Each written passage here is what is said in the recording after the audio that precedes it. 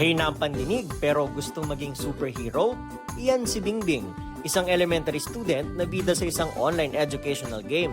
Ang kanyang goal, maging si Super B habang tinuturuan ng kasaysayan ng Pilipinas ang mga kapwa deaf na bata. So, imbis na mga... Right? Ang utak sa likod ni Super B ay ang fine art students sa sina Ryle at Francesca. Thesis pala nila itong si Super B. Yung mga kaklase kasi namin nung during that time, puro tangible items yung thesis nila. For example, na artist bags, upuan, mga ganun, furniture.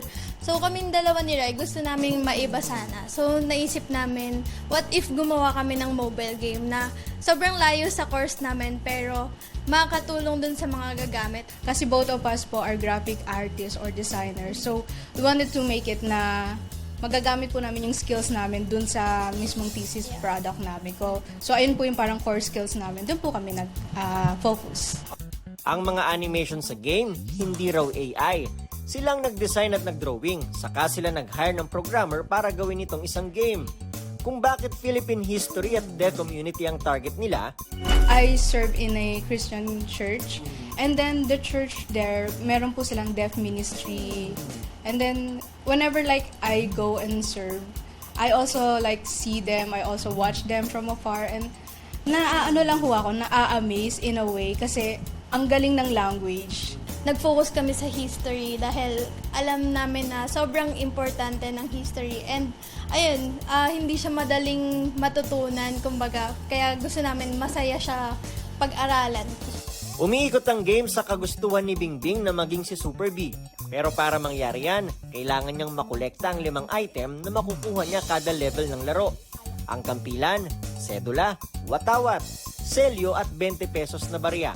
Bawat level ng game ay may kasaysayang ikinukwento. At para maintindihan ng deaf community, may interpreter sa bawat narration. Iba't ibang klase rin ng game sa bawat level. Ang level 1 umiikot sa pagsakop ng Kastila sa Pilipinas. Tagpi-tagpi ang tawag dito. Kailangan mong sagutin ang bawat tanong. Saka buuin ng puzzle na may imahe ng sagot bago makuha sa level 1 ang unang item. Kung kanina yung level 1 natapos na nila, ngayon naman yung level 2. Susubukan natin. Yung level 1 ang tawag ay tagpi-tagpi. Itong level 2 naman ang tawag ay pares-pares na nasa Fort Santiago map naman. At hindi katulad nung original na pares-pares na mukha sa mukha lang yung pagpaparisin. Dito naman, mukha ng personalidad o bayani ang kailangan mo hanapin ay yung mga bagay na konektado sa kanila. Yun, lapu-lapu at kampilan. Oo, meron tayo isa. Ang level 3 naman, parang spot the difference. Object hunting naman ang level 4. At pera-pera naman ang level 5 kung saan itutugma ang personalidad sa kung anong pera sila nandoon. Pagkatapos nito, nagliwanag ang paligid at lumitaw si Super B. Ang thesis nila na ito, nanalo ng Best Thesis for Digital category. Naimbitahan pa sila ng DOST sa isang exhibit. Pero sana raw ay hindi lang dito matatapos. Sana raw ay magamit ito ng maraming kabataan sa pag-aaral ng kasaysayan. At ang pagiging bayani, hindi lang nakadepende sa sandata, kundi sa pamamagitan din ng pagkakaroon ng kaalaman na pwedeng makatulong sa iba.